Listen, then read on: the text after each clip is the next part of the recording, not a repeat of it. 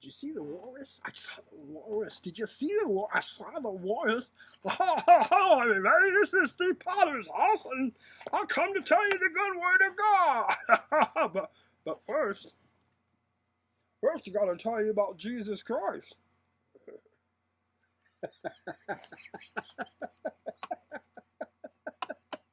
This is college classic campus. I'm watching the brother on TBN right now. I love him. TD Jakes. He always does this thing sideways. When you see him preaching, I get him sideways all the time.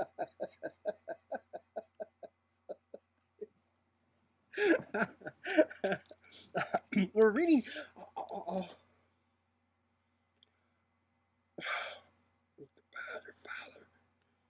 Agents of the Apocalypse.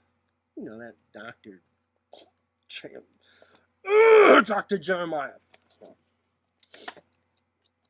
Reminds me of Brother Art sometimes. No, never mind. According to the prophet Daniel, the Antichrist will speak promptest words against the Most High. Daniel 7:25. See also 7 through 8. 11:36. The NIV translates Daniel's word pompous as boastfully. According to biblical scholar A.W. Pink, the Antichrist will have a perfect command and flow of languages. Not language, languages. And his oratory will not only gain attention, but command respect. You know, it's funny because Barack Obama came into office as soon as he won. They're forcing people to respect him. Well, to be quite honest with you, there's something else going on in the candidacy part. But determination of that. Now, I'm doing Brother Jacob from TV and the way he talks. The crab family.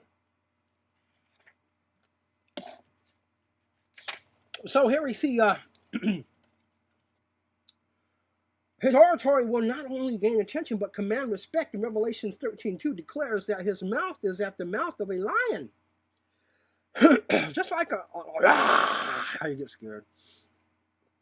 Which is a symbolic expression telling of the majesty and awe-producing effects of his voice, just as the voice of a lion surpasses that all other beasts. So the Antichrist will out-rival orators, both ancient and modern.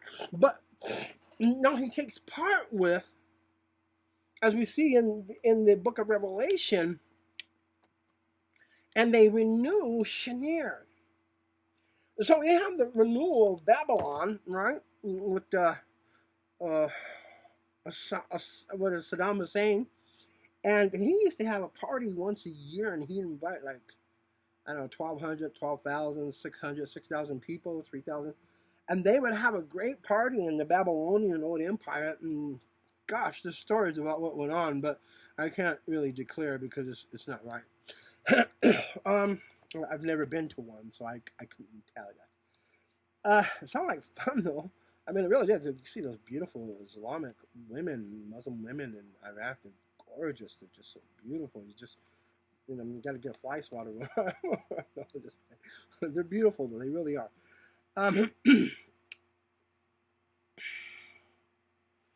According to the prophet Daniel, the Antichrist will also be physically impressive.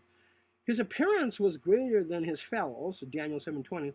The expression was greater here means abundant in size and rank, and in the Bible, this term often refers to a captain or a chief of the Lord, but not really that. You see, when the Antichrist first comes to power, he's going to come to power as a man with definition, a man with strength, a man with mobility, a man with a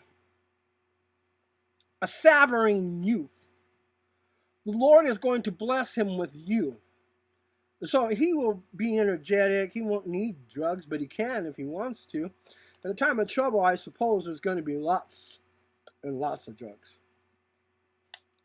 Every time we see the word trouble in the Bible, when you read the Old Testament, you'll see that there were some sort of opiums or what have you. So here we find that the Antichrist is going to be somebody probably younger than the rest of the Senate, the cabinet, the chambers, or the men. So while everyone else is aging, him and his prostitute, because he's married, though he has no desire for women, he's married. He has to be in order to be a desire for everyone else. And we see Mystery Babylon, how she is exalted by her husband. So he's going to use her for some very extremities.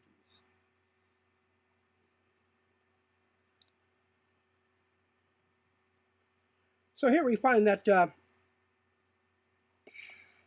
it's important to understand exactly what a chief of Lord is. A man of high rank or an impressive appearance, like Saul in the Old Testament, 1 Samuel 9:2, who was head and shoulders above his peers.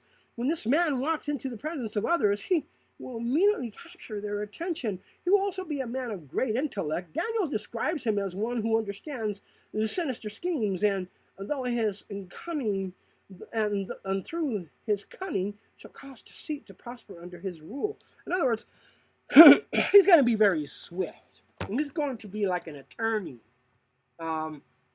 He can look at something and tell you, I think this is the way that's going to go. And there's a reason for that. This man, the Antichrist, has a prophet. He's a false prophet. But he's a prophet. The only reason why they call him a false prophet is because in the last days, God will pour out his spirit upon all flesh.